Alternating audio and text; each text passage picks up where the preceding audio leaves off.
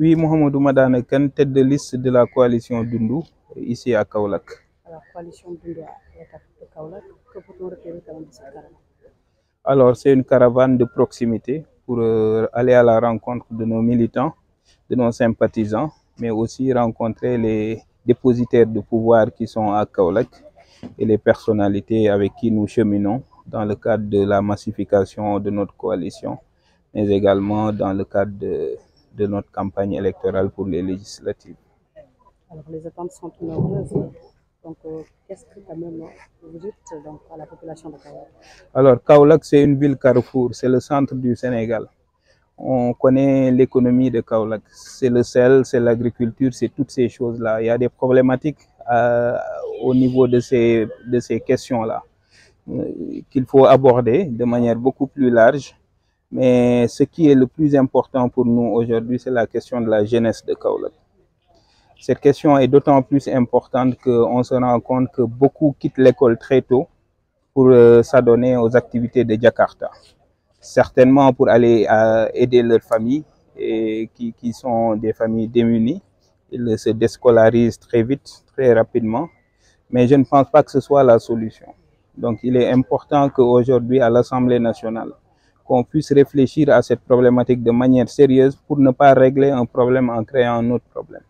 Je pense qu'il faut veiller à ce que les jeunes, à certains âges, 16 ans, qu'ils ne se déscolarisent pas, qu'ils gardent leur métier, qu'ils se forment et qu'ils acquièrent des compétences et des connaissances.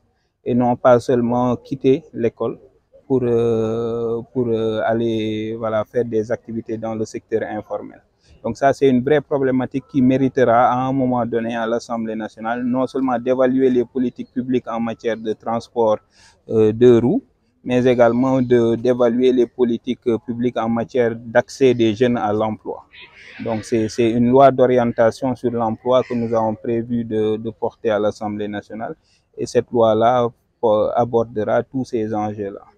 Donc voilà ce que je veux dire. Donc agriculture, oui. Industrialisation par rapport à l'arachide, oui. Le sel, oui. Mais l'enjeu majeur, c'est la jeunesse. Pour que cette jeunesse de Kaolack ne soit pas une jeunesse laissée à elle-même, livrée à elle-même, avec tous les dangers justement que nous connaissons de l'activité de conduite des motos Jakarta. Mais le plus gros danger, c'est la déscolarisation. Alors, nous assistons à des violences dans cette campagne en tant que candidat. Quel est votre appel à l'endroit quand même des autres coalitions? Alors, je pense que la violence n'a pas de place là où il y a un débat d'idées.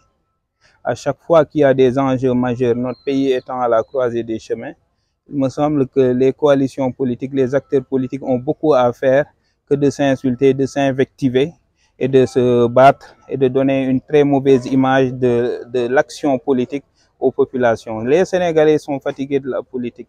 Ils se désengagent de plus en plus de la politique simplement à cause de ces comportements qu'ils observent. Je pense qu'il est temps que les acteurs politiques s'adonnent à l'essentiel. Discuter des projets de manière civilisée, discuter des questions, des enjeux de manière civilisée et laisser ces problématiques-là de combat de rue qui n'ont pas leur place dans une société comme le Sénégal, pays de la Teranga, pays du dialogue et pays de l'entente parfaite entre les confréries, les ethnies. Et par rapport au retrait des cartes électeurs, donc, oui, c'est un élément extrêmement important. Malheureusement, le processus électoral des élections législatives anticipées a fait qu'un certain nombre d'étapes ont été plus ou moins brûlées. Mais c'est un élément important. Pour qu'il y ait élection, il faut qu'il y ait des électeurs. Et les électeurs, c'est en majorité les jeunes qui ont leurs cartes et qui ne sont pas allés les chercher. Donc l'appel qui est fait, c'est de faire des campagnes de sensibilisation et d'appeler les jeunes à aller retirer massivement leurs cartes et à se préparer à exercer leur devoir civique. Et appeler les autorités aussi à veiller à ce genre de problématiques pour qu'à l'avenir, on ne puisse pas laisser en rade une frange importante de la population qui est en âge de voter. Alors, ci wolof caravane coalition Dundu nekk étape Kaolack lan la ñuy xaar ci bile caravane. waaw caravane bi dafa jóge démb Mbour ñëw tey Kaolack. Kaolack nag ngeen xam ni mooy le centre du Sénégal ñu koy wax le bassin arachidier ku wax Kaolack xam ni économie bi arachide la xam ni sel bi la xorom si waaye ku xam Kaolack aussi xam problème yi mu am wax mën a wax ci problème mu jeunesse. Donc ñun bi ñu ñëwee fii ci suñu caravane ñëw nemmeeku suñu ay am di jàmm suñu ay militants suñu ay sympathisants suñu ay responsables waxtaan nañu ak Kaolack waaye gis nañ ni aussi ñun lu ñu gën a frappé du question économique yi mais c'est les questions de la jeunesse. Parce que ndaw yi boo gisee dañuy dem ba jàng ba am 16 ans mujj bàyyi seen jàng dem di nekkat jakartaman waxuñu doon jakartaman baaxul waaye boo nekkee ci digg ndaw war a jàng war a sàkku xam-xam contrainte bu mu mënti am ci sa réew warul jar nga bàyyi loolu pour dem wut loo am 1000 francs 2000 francs par jour ndax xam-xam mooy li nga xam ne moom mooy des li ci des yëpp day jeex.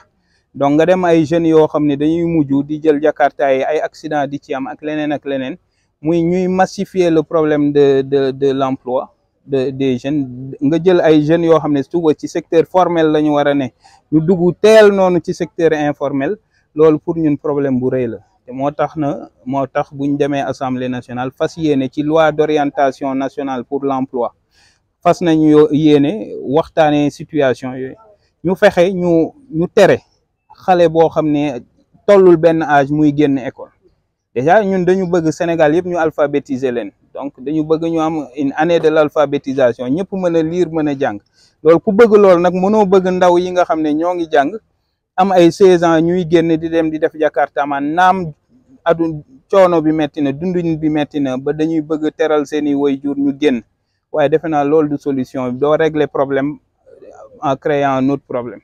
boo bëggee régler benn problème da ngay duut baaraam fa muy metti mooy fexe jeunes yi nañu jàng sàkku xam-xam am métier am compétence état bi dooleel leen secteur privé dooleel leen pour que ñoom incha allah ñu mën a doon ay chef d'entreprise. Pour man loolu mooy vision bi ñu war a am ci jeunes yi buñ leen xamalee loolu ñu miinal leen loolu ba pare won leen yoon bi ñu war a jaar pour yegg fa defe naa dinañu motiver. ba coono yu mënti am même seen waajur yi dinañ leen mën a bàyyi ñu dem continuer seen jàng pour ëllëg mën a jëriñ seeni waajur. nga nekk candidat ci les législatives ñu gis violence ñu leen nekk fan yi tey jii noo ko gisee ak lan la sax def. waaw loolu lu ñuy naqarlu la ndax réew mu mel ni Sénégal nga xam ni mooy réewu teraanga réewu dialogue réewu waxtaan bu élection jotee rek ñu sànnante ay xeer dóorante ay kurfañ saagawante ak lu ne gis nañ lu mu jur. ci ñett at yu mujj ñu am changement am régime bu bees ñu yaakaaroon nag léegi Sénégal dina jàng ci naqaram dina jàng ci problème yi mu jot am par le passé ubbi beneen bunt waaye ñu gis ni ba tey jeexul waaye acteurs politiques yi ñooy responsable parce que pour man fu débat d'idées am fu ñu mën a waxtaanee mbirum Sénégal xiiroo ŋaayoo xaju fa moo tax nag dañuy woo ñëpp ñu delloo seen xel xam ni Sénégal fi mu toll nii ak problème mu adduna yi ni mu tolloo xiiroo ak ŋaayoo amu fa place lii am place mooy nañu waxtaanee programme yi waxtaanee nañ la ñu régler problème yi ma fi wax problème mu jeunesse bi jeunesse su Kaolack problème mu jeunesse du Sénégal problème mu ndox mi problème mu agriculture ak yeneen loolu liñ ci war a waxtaan bëri na tellement que defe naa jot warul am sax pour toog di wax di xeex di xiiroo ak ŋaayoo mais politiciens yi dem nañ ba tàmmal ñu ko ba sénégalais yi seen bopp bëggatuñu vote bëggatuñu élection bëggatuñu politique te pourtant politique lu am njëriñ la ci réew donc ñu jàpp ni que loolu daal mooy appel bi mooy ne ñëpp delloo seen xel loolu la ñuy woote ñëpp nañ delloo seen xel jublu ci lii l'essentiel mooy waxtaanee réew mi. waaw loolu problème bu rëy la ndax devoir civique droit constitutionnel la nit ku ne am nga droit boo tollee fenn war a mën a dem voter. dañuy woo nag nguur gi mu def ay campagne de sensibilisation woo nit ñi nañu dem jëli seeni ay carte loolu dafa am solo lool waaye jeunes yi aussi ñi nga xam ne ñooy majorité ci corps électoral bi ñu woo leen ñu dem jëli seeni carte mën a wote ndax ni ngay changer mbir yi sa problème boo ko amee sa naqar yaa koy fajal sa bopp noo koy fajalee sa bopp nga dem wooteel ñi nga xam ne yaakaar nga ni ñoom mën nañ la saafaral sa aajo donc dañuy woo jeunes yi ak ñi képp koo xam ne sa carte moo ngi ci bureau yi nga dem jëli ko mais ñu woo autorités yi aussi ñu def campagne de sensibilisation pour que nit ñi mën a jëli seeni carte aussi ñu tënk ko aussi que élection législative anticipée lii la ñuy jural aussi mooy que ni ay étapes yu bëri yoo xam ne dañ ko waroon jaar doo ko mën a jaar noo ko waree jaar na nga fa waree woon jaar donc loolu day indi ay problème aussi mu doon leçon aussi pour ëllëg. RFM ak RDV ñu ngi lay jaajëfal. ñu ngi leen di jaajëfal jërëjëf.